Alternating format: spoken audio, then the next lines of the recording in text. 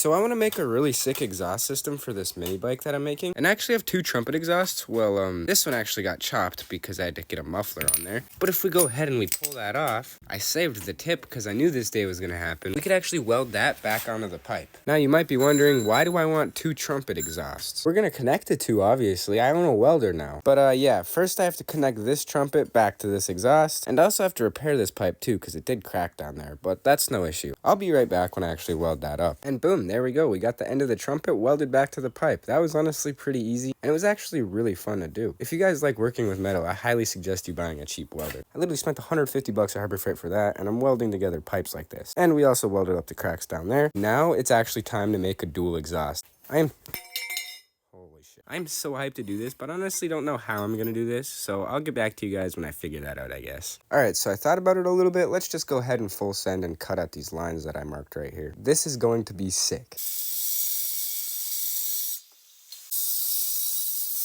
So here's the 3 pieces of pipe that we got. We actually don't need this flange. We're just going to throw this somewhere for later because we're going to need it in the future probably.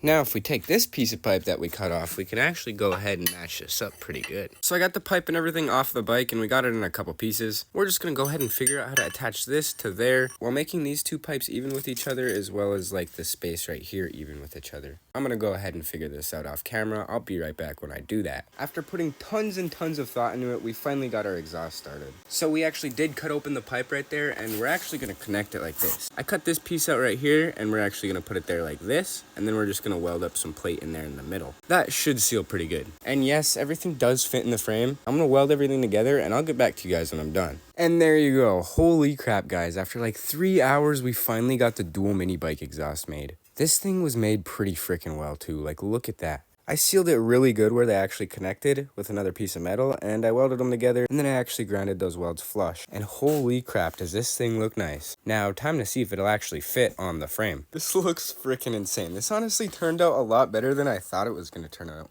I can't believe I made this with a freaking flux core welder. Just like, what the heck? Look at this exhaust, y'all. This is going to be insane. Oh, of course the right side is higher just a little bit. You know what?